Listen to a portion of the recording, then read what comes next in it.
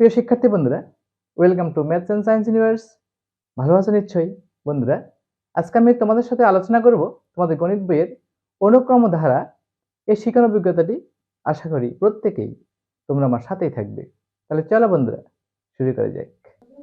শিক্ষার্থী বন্ধুরা, তোমাদের বইয়ের 33 পৃষ্ঠা দেখো অনুক্রমের প্রকারভেদ। অনুক্রম কত প্রকার? আমরা দেখতে পাচ্ছি যে অনুক্রম বা সিকোয়েন্স দুই ধরনের, সসীম অনুক্রম এবং অসীম অনুক্রম, রাইট? আচ্ছা, সসীম অনুক্রম মানে হলো ফিনিট সিকোয়েন্স, আর অসীম অনুক্রম মানে হলো ইনফিনিট সিকোয়েন্স।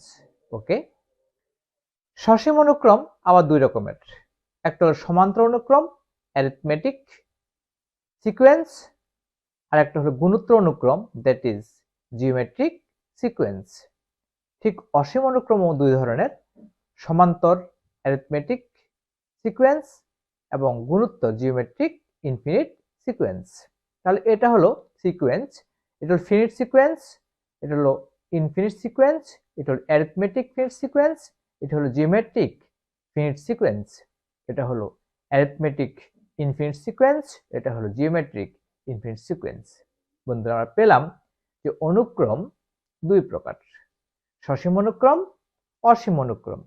সসীম এবং অসীম অনুক্রম প্রত্যেকে আবার দুই ধরনের, সমান্তর এবং গুণোত্তর, রাইট?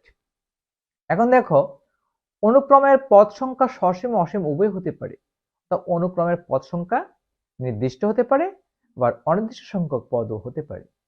যে সকল অনুক্রমের পদ সংখ্যা নির্দিষ্ট অর্থাৎ শেষ পদ আছে, সেই অনুক্রমকে বলা হচ্ছে ফিনিট অনুক্রম বা সসীম অনুক্রম। আর যে সকল অনুক্রমের পদ সংখ্যা অনির্দিষ্ট অর্থাৎ কত সংখ্যক পদ আছে সুনির্দিষ্টভাবে বলা যায় না, সেই ধরনের অনুক্রমকে বলা হচ্ছে ইনফিনিট অনুক্রম বা অসীম অনুক্রম। ঠিক আছে, ওকে। তো আমরা দেখি যে অনুক্রমের নেক্সট কি উদাহরণ। বন্ধুরা দেখো, এখানে সসীম অনুক্রমের উদাহরণ দেওয়া আছে। যেমন দেখো, 1 নাম্বার দেওয়া আছে সসীম অনুক্রম উদাহরণ 149.100। এই অনুক্রমের শেষ পদ কিন্তু আছে 100, রাইট? এবং তোমার 2 নাম্বার আছে 7, 12, 17, 502। এটা একটা সসীম অনুক্রম, শেষ পদ আছে 502 বা 502। ওকে, তারপর দেখো 3 নম্বরে half, 1/5, 1/10, dot dot dot dot 1/10,001, right? 10,001, 1/, তো এটা একটা সসীম অনুক্রম। রবিবার, সোমবার, মঙ্গলবার থেকে ডট ডট ডট শনিবার পর্যন্ত, এটা একটা সসীম অনুক্রম। বন্ধুরা, এগুলা কেন সসীম অনুক্রম? কারণ এদের প্রত্যেকটি অনুক্রমের শেষ পদ আছে, কেমন? এবং এই অনুক্রমটা দেখো, আমরা যদি দেখি যে এখানে 4 থেকে 1 গেলে তোমার 3 হচ্ছে, 9 থেকে 4 গেলে 5 হচ্ছে। এই অনুক্রমটা কিন্তু আবার এক ধরনের অনুক্রম, এদের পার্থক্য প্রথম ক্ষেত্রে 3, পরের ক্ষেত্রে 5, পরের ক্ষেত্রে 7, পরের ক্ষেত্রে 9, এভাবে কিন্তু অনুক্রমগুলোর পদগুলো বিন্যস্ত হবে।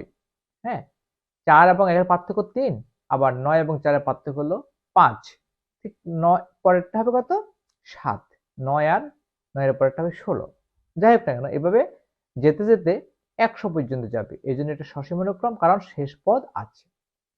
এই দিকে তাকাও, আমরা যদি দেখি যে এখানে তোমার 3, 3, 1, -1, -3, ডট ডট ডট, এই অনুক্রমটির কোন শেষ পদ কিন্তু আমরা বলতে পাচ্ছি না যে শেষ পদ কত। এই জন্য এটা হলো একটা অসীম অনুক্রম। নাম্বার 2, 1, 2/3, 3/5, 4/7, ডট ডট ডট, এটা একটা অসীম অনুক্রম, রাইট? এদের শেষ পদ নেই বা কতটি পদ আছে আমি সঠিকভাবে বলতে পারছি না, রাইট?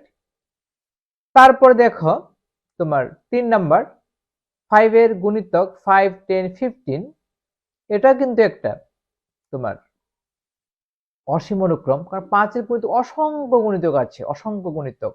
5-কে 1 দ্বারা গুণ করলে 5, 2 দ্বারা মাল্টিপ্লাই করলে 10, 3 দ্বারা মাল্টিপ্লাই করলে 15, 4 দ্বারা মাল্টিপ্লাই করলে 20, এভাবে 5-কে আমাদের স্বাভাবিক সংখ্যা দ্বারা গুণ করতে করতে অসংখ্য গুণিতক পাওয়া যাবে। সুতরাং এটা একটা অসীম অনুক্রম। আমাদের স্বাভাবিক সংখ্যা বা গণনাকারী সংখ্যা 1 2 3 4 5 6 7 8 9 10 ডট ডট ডট ডট, এটা একটা অসীম অনুক্রম। বন্ধুরা নিশ্চয় বুঝতে পেরেছ সসীম অনুক্রম এবং অসীম অনুক্রম কি। আমরা একটা সসীম অনুক্রম লিখি, ধরো 2, হ্যাঁ, 4, 6, 8, 10, 12, 14, এটা একটা সসীম অনুক্রম, কারণ এদের পদ সংখ্যা নির্দিষ্ট এবং শেষ পদ হলো 14, এটা সসীম অনুক্রম। যে পদের শেষ পদ নির্দিষ্ট নয় সেটা হয়ে যাবে অসীম অনুক্রম। আমি যদি এখানে ডট ডট ডট দিয়ে দিই তখন এটা হয়ে যাবে একটা অসীম অনুক্রম। এই অনুক্রমের শেষ পদ উল্লেখ করা নেই। ওকে, পরে দেখো মাথা খাটাও, এখানে বলেছে যে অনুক্রমের পরের পদগুলো নির্ণয় করো। -1 2 5 8, দেখো তো 2 থেকে -1 এর ডিফারেন্স ছিল 3, 5 থেকে 2 এর ডিফারেন্স 3, 8 থেকে 5 এর ডিফারেন্স 3। কিভাবে? আমি যদি একটু খেয়াল করো, আমি যদি এখানে করি, এই পাশে একটু দেখাই তোমাদেরকে, যে নিচেই করি। নাম্বার 1 যদি আমি দেখাই তোমাদেরকে, যে 2 থেকে -1 মাইনাস করো, ইকুয়ালটা আমি পাবো 3 পাবো। আবার 5 থেকে 2 মাইনাস করো, ইকুয়াল টু 3 পাবো। আবার 8 থেকে 5 মাইনাস করো, ইকুয়াল টু 3 পাবো। দেখা যাচ্ছে কি পরপর দুটি পদের পার্থক্য হলো 3। 2 -1 এর চেয়ে 3 বড়, 5 2 এর চেয়ে 3 বড়, 8 5 এর চেয়ে 3 বড়। তো 8 এর চেয়ে এটির সাথে 3 যোগ করলে কত হবে? নিশ্চয়ই বন্ধুরা এখানে কিভাবে লিখতে পারবো? 8 3 11 হবে, এটা হবে 11 3 14 হবে, এটা 17 হবে। বন্ধুরা আমরা বুঝতে পেরেছি যে এই অনুক্রমটির প্রথম পদ -1, দ্বিতীয় পদ 2, তৃতীয় পদ 5, চতুর্থ পদ 8, পঞ্চম পদ 11, ষষ্ঠ পদ 14 এবং সপ্তম পদ 17। 3 3 করে বাড়ছে। দ্বিতীয় পদ প্রথম পদের চেয়ে 3 বেশি। কেমন? 3 3 যোগ করে আমরা এই অনুক্রমটা কমপ্লিট করতে পারি। ঠিক আছে না? ওকে, এরপর দেখো দ্বিতীয় অনুক্রমে দেখো 3.4, 4.5, 5.6। দেখা যাচ্ছে প্রতিটি পদের সাথে 1.1 যোগ করলে 4.5 হয়, পরের পদটা পাওয়া যায়। আর 4.5 এর সাথে 1.1 যোগ করলে 5.6 পাওয়া যায়। তাহলে একটা পদের সাথে 1.1 যোগ করে পরের পদ পাওয়া যাচ্ছে। কিভাবে দেখো তো? আমরা যদি পার্থক্য বের করি, 4.5 থেকে 3.4 মাইনাস করো, কি পাবে তুমি? সেখানে তুমি পাবে 2 নম্বর। দেখো আমরা যদি 2 নম্বরটা দেখি, যে এখানে আমরা লিখতে পারি যে 4.5 মাইনাস 3.4 ইকুয়াল টু 1.1।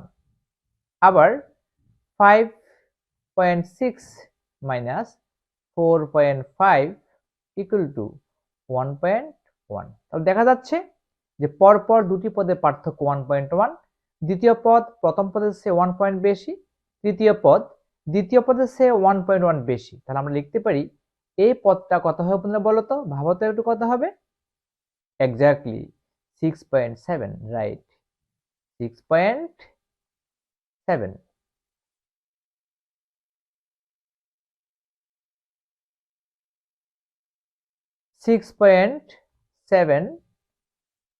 এবং এটা হচ্ছে তোমার 7.8, রাইট, এটা হচ্ছে 8.9। আশা করি তোমরা বুঝতে পেরেছ যে 5.6 এর পরের পদটা 6.7, 6.7 এর পরের পদটা 7.8, 7.8 এর পরের পদটা হবে 8.9, অর্থাৎ 1.1 করে প্রতিটা পদ বৃদ্ধি পাচ্ছে।